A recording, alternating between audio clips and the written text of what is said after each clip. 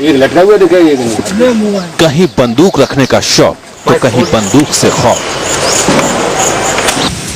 बुंदेलखंड की पहचान इन दिनों कुछ ऐसी ही बन गई है। यहाँ कुछ लोगों के लिए बंदूक लहराना, बंदूकधारी बॉडीगार्ड रखना जरूरत से ज्यादा फैशनेबल बन गया है। नेता हो या साधु, बड़े हो या बुजुर्ग, बंदूक रखना इनके लिए स्टाइल स्टेटमेंट बनता जा रहा है। कोई शौक में बंदूक लहरा रहा है तो कोई इसका सहारा खौफ में कर रहा है।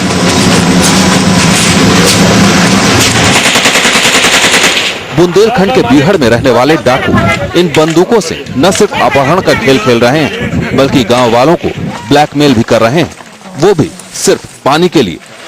तो न्यूज नेशन के साथ बने रहिए और देखिए बंदूक से शौक और खौफ का ये खेल।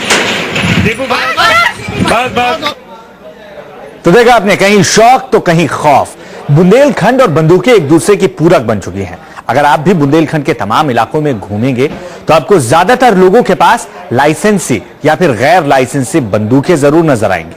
कुछ के लिए ये डाकुओं से बचने का रास्ता है, तो कुछ के लिए ये रौब और रुतबा दिखाने का माध्यम बन चुका है। इसलिए बुंदेलखंड में बंदूक रखना अब जरूरत कम और फैशन ज्यादा बन चुका है। बंदूकें चलाने का ये जुनून किसी आतंकी या आतंकी मुल्क का नहीं, बल्कि ये है बुंदेलखंड का इलाका। और धड़ाधड़ गोलियां छोड़ रहे ये लोग बुंदेलखंड के डाकू। यहाँ गोलियां चलाने के मामले में महिलाएं भी पीछे नहीं। इन्हीं जंगलों में आपको डाकू निर्भय गुर्जर के खौफ की कहानियां भी याद होंगी। निर्भय तो मारा गया, लेकिन बुंदेलखंड में डाकुओं से डर हर किसी के दिल में समा गया। और इसी डर ने लोगों के कंधों पर अपनी अपनी सुरक्षा की खातिर बंदूक रखने की चलन को जन्म दिया।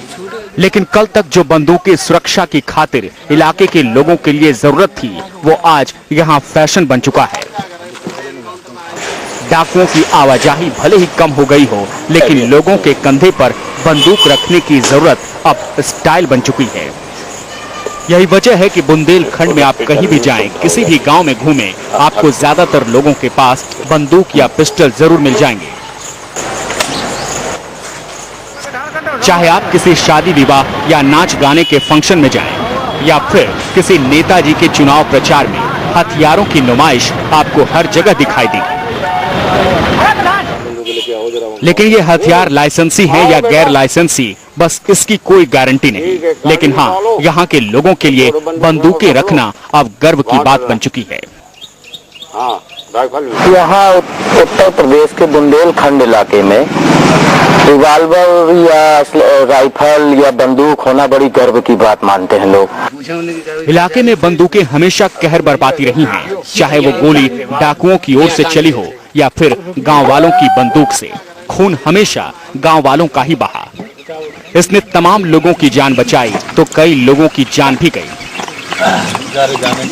लेकिन बंदूकों के शौकीन यहाँ के वासिंदों को इसकी फिक्र नहीं। यहाँ तो नेता हो या अभिनेता, युवा हो या बुजुर्ग, संत हो या साधु, हर किसी के लिए बंदूक पहली पसंद है।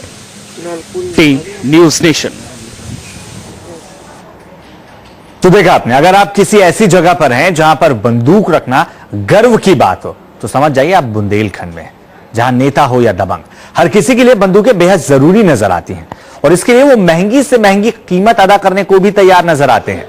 बंदूक प्रेम के साथ लोगों को इस बात से कोई फर्क नहीं पड़ता है कि ये हथियार जो वो खरीदने जा रहे हैं वो लाइसेंसी है या गैर लाइसेंसी है। उन्हें बस हथियार चाहिए। और इस चाहत के पीछे बुंदेलखंड में अब अवैध हथियारों का बड़ा बाजार भी बनता जा रहा है। बुंदेलखंड में बंदूक संस्कृति इतनी हावी है कि कंधे पर बंदूक लटकाने का शौक तो है, अपने साथ कई बंदूकधारियों को रखना भी शान की बात मानी जाती है। बंदूकों के लिए लोग लाखों रुपए खर्च करने को तैयार हैं।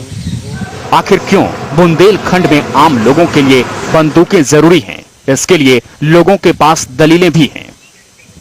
हम लोगों ने तो ये असलहा अपना बनवाया, रिवाल्वर खरीदा, लाखों रुपए खर्च हुए हमारे इसमें। लेकिन यहाँ बुंदेलखंड में तो नौजवानों को ये शौक है, घर घर आपको देसी तमंचे, अवैध तमंचे, कट्टा, ये 2-2, 3-3 हजार रुपए में मिलना बहुत मामूली सी बात है। बंदूकें लेके अगर हम ना जाएं, हम लोग किसान आदमी हैं, गांव में खेती करते हैं, रात हो जाती है, पानी लगाते हैं नहर से, रात भर रोकना पड़ता है। अगर न रहें तो हमारे नौकरों को पकड़ ले जाते हैं बदमाश डकैत।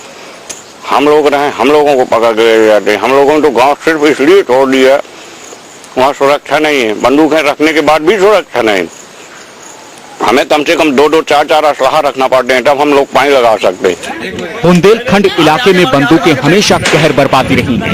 डाकुओं के बंदूकों से निकली गोलियों ने कई लोगों की जान ले ली, लेकिन डाकुओं से सुरक्षा के लिए बंदूकों की परंपरा शुरू हुई, जो अब बुंदेलखंड के लोगों के लिए गर्व की बात बन चुकी है।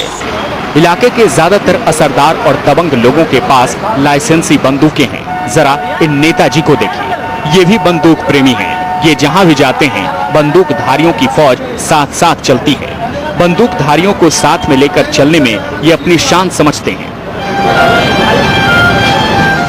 लेकिन जिनके लिए इसे हासिल कर पाना मुश्किल है, वो अवैध बंदूकें, तमंचे और कट्टे रखकर अपना शौक पूरा करते हैं। यही वजह है कि इलाके में अवैध हथियारों को बनाने और बेचने का बड़ा कारोबार है। हमीरपुर जिले के कई गांवों में अवैध हथियार बनाए जाते हैं, जिनके ऊपर पुलिस की छापेमारी भी चलती रहती है। छापेमारी में भारी संख्या में अवैध हथियारों को जब्त किया जाता है। बावजूद इसके अवैध हथियारों का कारोबार यहां लगातार फल फूल रहा है।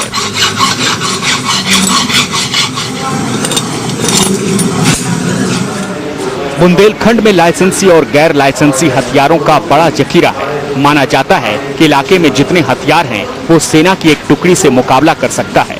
बंदूकों को लेकर बढ़ती दीवानगी की वजह से ही यहाँ लोग किसी भी हाल में हथियारों को पाने की होड़ में जुटे हैं। जमीन बेच डालते हैं और बंदूक खरीदते हैं, जबकि उनका कारोबार खराब हो जाता है जी। लेकिन बंदूक है, उसकी शौक है और इसलिए बंदूक है। Team news nation. तो बुंदेलखंड के इलाके में सिर्फ युवा ही आपको नजर नहीं आएंगे जो बंदूक प्रेमी हो, बल्कि बूढ़े और बुजुर्ग भी बंदूकों के काफी शौकीन नजर आते हैं। और ये हैरानी की बात यह है कि साधु संत भी इन इलाकों में अपने साथ बंदूकधारियों की फौज लेकर चलते हैं। इसके पीछे तर्क है कि उन्हें धर्म की रक्षा जो करनी है। बंदूकें रखने का शगल सिर्फ दबंगों और युवाओं के बीच नहीं, बल्कि बुजुर्ग लोग भी अपने साथ बंदूक रखने की बात को जायज ठहराते हैं। उनकी नजर में परिवार की सुरक्षा के लिए बंदूक रखना गांव वालों की जरूरत बन चुकी है। अब 85 साल के एक बुजुर्ग वीरेंद्र गौतम को देखिए।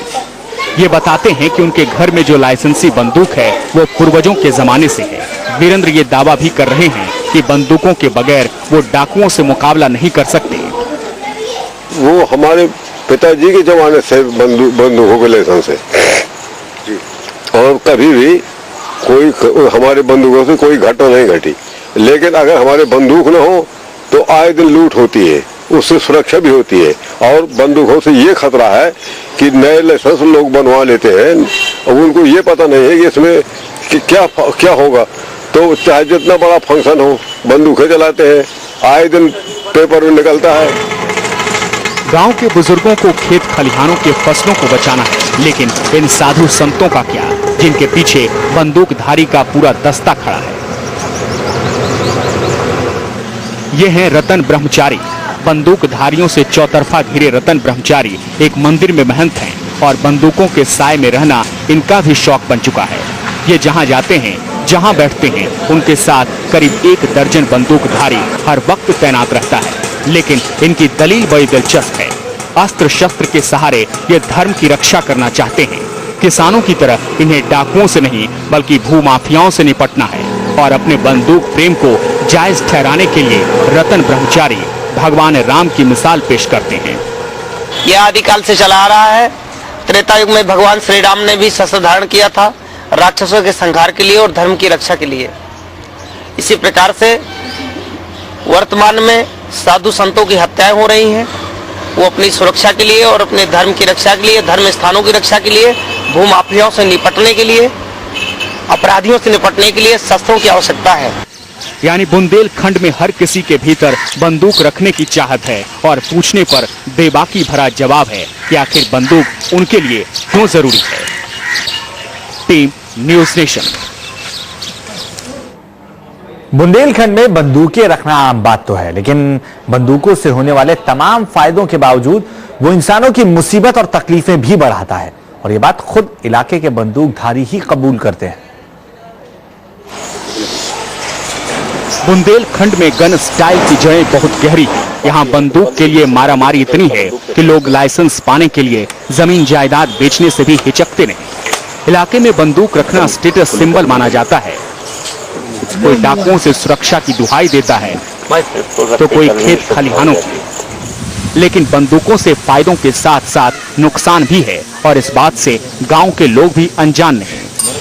क्योंकि इसमें गुस्सा आती। अगर आपके हाथ में बंदूक है तो स्वाभाविक है कि आपको गुस्सा आएगी, आपको लगेगा कि हम कुछ हैं, और अगर आप नियतते हैं तो कुछ ना कुछ आप नॉर्मल रहेंगे, डाउन रहेंगे। इलाके के बुजुर्ग भी मानते हैं कि अगर बंदूकें न होती तो कुछ अच्छे इंसानों के खून न बहते। 2 आदमी थे, शायर के राजा भैया, तो कई बंदूक लेकर लोगों ने उसका कत्ल कर दिया। अगर ये बंदूकें न होती तो उनका कत्ल न होता, हमारा ऐसा ख्याल है। इसलिए बंदूकें सुरक्षा भी है और खतरा भी है। इलाके के लोग जो खुद कंधे पर बंदूक लटकाए हैं, उन्हें भी यह एहसास है कि इन बंदूकों ने कई बार भाई भाई का खून तक बहाया है। अपनों के बीच ही गोलियां चली हैं और अपनों की ही लाशें भी गिरी हैं। कभी कभी ये भी होता है कि दोनों परिवार, एक ही परिवार जो अलग अलग हो गए और उनके पास असलहे हैं बराबर के, तो छोटी छोटी बातों को लेकर झगड़ा हो जाता है और बंदूकें निकल आती हैं और मर्डर हो जाते हैं। बघारी में हुआ, 5 लोगों का मर्डर हो गया। अब एक परिवार की बंदूकें रखी थी अंदर, भाई झगड़ा था नहीं, बंदूकें रखी थी, वो तो सुरक्षा के लिए रखे थे। दूसरा परिवार आया, थोड़ी बात विवाद हुई और 5 लोगों को मार दिया गया। ऐसा होता है बंदूकों से, ये दुष्परिणाम बंदूकों का। इलाके में बुजुर्ग हो या जवान, सभी हथियारों से लैस होना चाहते हैं। हर वक्त उनके पास राइफल या रिवॉल्वर होता है, लेकिन हथियारों से लैस मनचले युवकों की फायरिंग से शादी ब्याह के माहौल में भी मातम पसर जाता है। जहाँ फायदे भी हैं, उसका कुछ लोग दुरुपयोग भी करते हैं। कुछ लोग शौकिया शादी विवाह में हर्ष फायरिंग करते हैं, उसमें तमाम दुर्घटनाएं हुई हैं, तमाम लोग मरे हैं। कहीं कहीं पर रुतबा गालिब करने के लिए आपस में 2-2 पार्टियां भिड़ गईं और वहाँ पर गोली चली, और गोली चलने में तमाम लोग मारे गए। जाहिर है बुंदेलखंड और बंदूकें एक दूसरे की पहचान बन चुके हैं, लेकिन इलाके के बंदूकधारियों को दुश्मनों पर जो बढ़त मिलती है, बंदूकों से होने वाला नुकसान उससे कहीं बड़ा है। Team news nation. तो बंदूकों के शौक की कहानी आपने देखी, अब आपको दूसरी तस्वीर दिखाते हैं, और ये बंदूकों से खौफ की कहानी बयां करेंगी। और ये तस्वीरें भी बुंदेलखंड से ही हैं, जहां 28 गांव इन दोनों दहशत में जीने को मजबूर हैं। दहशत है उन डकैतों का जिन्होंने गांव वालों को फरमान जारी किया है कि पानी दो वरना गोली खा। यहाँ से 50-50 कोस दूर गांव में जब बच्चा रात को रोता है तो माँ कहती है बेटे सो जा, सो जा नहीं तो गब्बर सिंह आ जाएगा। 80 के दशक में बनी फिल्म शोले में गब्बर सिंह के खौफ को आज भी 50-50 कोस दूर तक बच्चा जानता है। जमाना बदला, गब्बर बदले, तो भला डाकुओं की मांग क्यों न बदलती। बुंदेलखंड के बिहड़ों के डकैत अब आसपास के गांवों से पानी की मांग कर रहे हैं। पानी दो वरना गोली खाओ। फरमान है उसका कि हर गांव से 35 घर पानी चाहिए। डंकों का फरमान है तो वहाँ मजबूरी है भेजना हमें, नहीं तो हम मार खाते हैं, उनसे भी मार खाते हैं, पुलिस से भी मार खाते हैं। वहाँ फरमान जारी हुआ जो एक घर से 2 आदमी, एक आदमी एक घर पानी हमको जंगल भेजेगा, नहीं भेजेगा तो हम जान से मार देंगे। पानी लाओ नहीं गोली खाओ। ये भी कहा जिस गाँव में बारी होगी और नहीं आएगा पानी तो वहाँ उसको हल्दी चूना अपने घर में रख ले, वहाँ गाँव के लोग शिकाई चोटों के लिए। ये बात कही उसको धमकी दी। न्यूज़पेपर में इस तरह की बात करती है, ये पूरी तरह गलत तो है ही, साथ ही हास्यास्पद है। कोई भी गैंग अपने पास इंफॉर्मेशन को और साथ ही फूड और वाटर की सप्लाई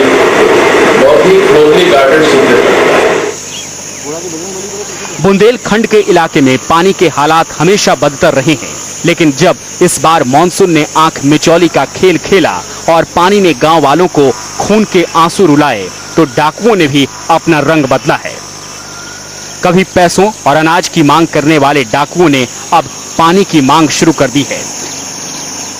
इन डकैतों ने गांव वालों से रोज 35 मटके पानी की मांग की है, जिसे पूरा करना इनकी मजबूरी बन गई है। बलखड़िया ने खास तौर पर बलखड़िया गिरोह, जिसके में बता दें कि मौजूदा टाल में 16 उसके सदस्य हैं। इसका हुक्म हुआ है कि 35 मटका आता है मिट्टी का, 35 मटका पर डे एक गाँव से उसको पानी मिलना चाहिए, पहुँचाए। इस 35 मटका पानी में उस गिरोह के लोग नहाते धोते हैं, पानी पीते हैं, अपने पीने का स्टॉक करते हैं। हर व्यक्ति जो है, एक घर का सदस्य, मुखिया हो या कोई भी हो, एक घर पानी दे दे, वो चले जाए, पहुँचा करके चले जाए।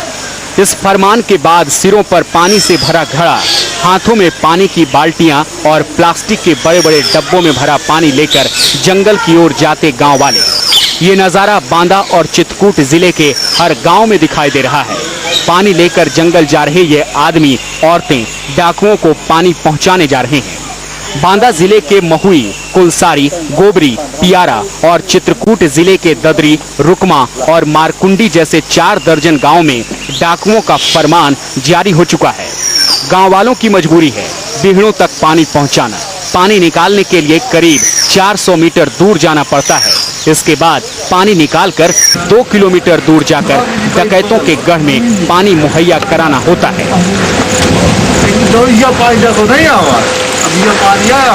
लोग बेचारे पानी पहुँचा रहे, उनकी हिम्मत नहीं कि पुलिस को बताया जाके अपने लिए पानी नहीं जुटा पा रहे प्राथमिक लोग, लेकिन डकैतों को पहुँचा रहे।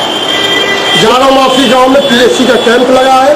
कैंप के 200 मीटर के आसपास मंदिर में, तालाब में डकैतों का लगातार प्रेजेंटेशन है, मौजूदगी है, कोई नहीं। दरअसल बीहड़ और जंगलों में निचले इलाकों में तो पानी किसी तरह उपलब्ध हो जा रहा है, लेकिन डाकुओं की मुश्किल है कि वो नीचे खुले में आ नहीं सकती। बचने के लिए ऊंचाई पर अपना अड्डा बनाना उनकी मजबूरी है। पानी मंगाने के लिए डकैतों ने एक योजना भी बनाई।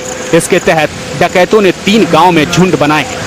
डकैतों ने इन झुंड के लोगों से कहा कि वो बारी बारी से डकैतों के पास तक पानी मुहैया कराएं। जब तक गांव वाले मटके पहुंचाते रहेंगे, उनकी जान बची रहेगी। पानी पहुंचाना बंद तो गांव वालों की जिंदगी भी बंद।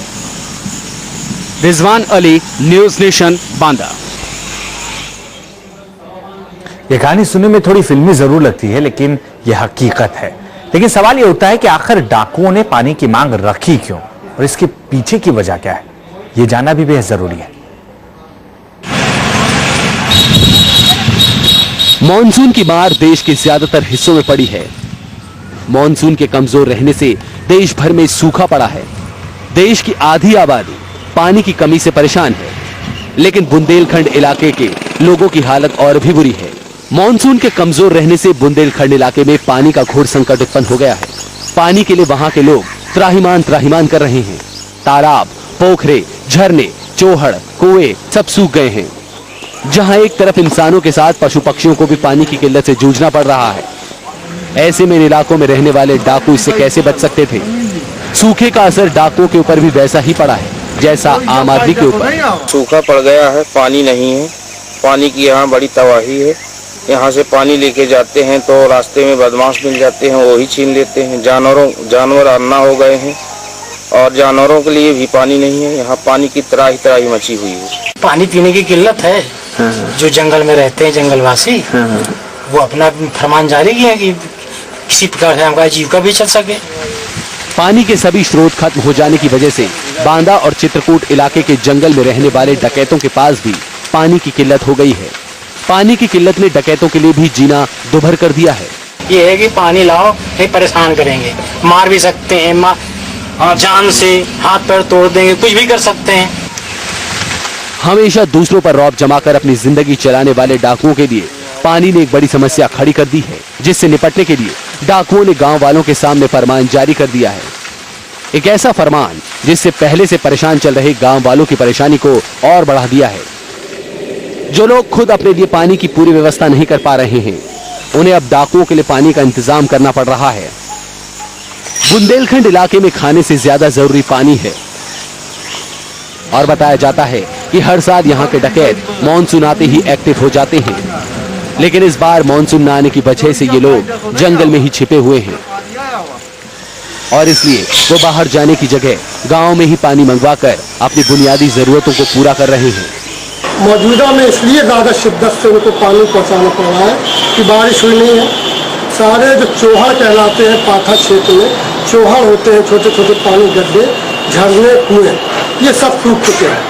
हैंडपंप जो लगे वो आबादी में लगे हैं। डकैत गांव के अंदर आके पानी लेने का रिस्क नहीं लेता कि गांव में कौन छिपा बैठा हो, पुलिस हो क्या हो, मार दिए जाए, तो गांव के अंदर पानी लेने नहीं आ रहा। इसलिए उन्होंने पानी के लिए परेशान हाल है।